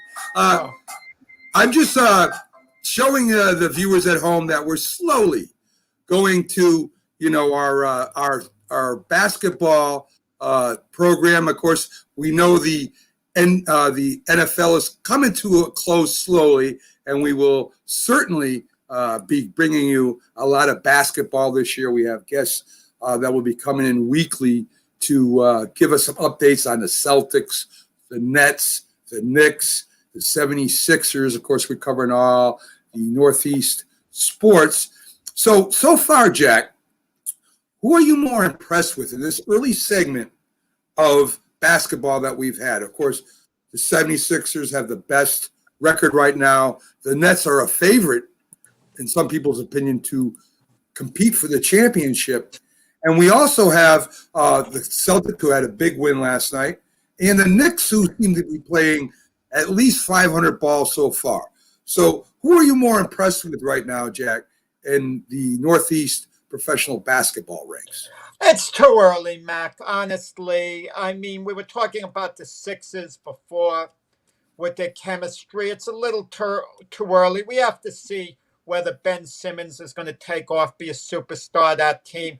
And I know Pax was telling us how great Dwight Howard's been as a mentor. I mean, give me a break. How long is that going to hold up for? Dwight Howard is a mentor. Yeah, I used to hear that about Derek Coleman, about, we want you to be a leader, Derek. I mean, come on. If you have to have Dwight Howard as a mentor on your team, there are going to be some problems perhaps down the line. Okay, maybe he's a changed man, whatever. I'd rather see him go back to being the player he was, Dwight Howard. I just don't know. If I had to say in the early going, the Knicks, believe it or not, because there's a certain energy there with their young players. Quigley's shown potential to be maybe a point guard of the future. R.J. Barrett is really coming along nice. He could be a solid starter for a lot of years on his NBA career. And they have a phenomenal coach. Tom Thibodeau has really got them playing well together. So I like the energy the Knicks are showing. The Celtics are doing what's expected. And let's be honest, the Sixers are basically doing what's expected of them right now. And the Nets haven't really unwinded yet. It's Yeah, I too agree with that early. all. If I had to pick I- anyone, I'd say the Knicks. I like the energy, the youth, the way they're coming along and developing, but it's still too early. I agree, Jack, with all you said there. I am impressed with the way the Knicks are playing. I like what Doc Rivers is doing with the 76ers right now. We'll find out about the Nets and Celtics, who are supposedly be favorites this year. So, folks, that's it for the show today. Tomorrow, Thursday, 8 to 10 a.m., we'll have on boxing expert Iceman John Scully. We'll have an NHL report with Carter B., who covers the NHL. And we may have a surprise guest coming on about 9:30. We'll see what happens, Jack. Thank you, folks, for tuning in to this busy show.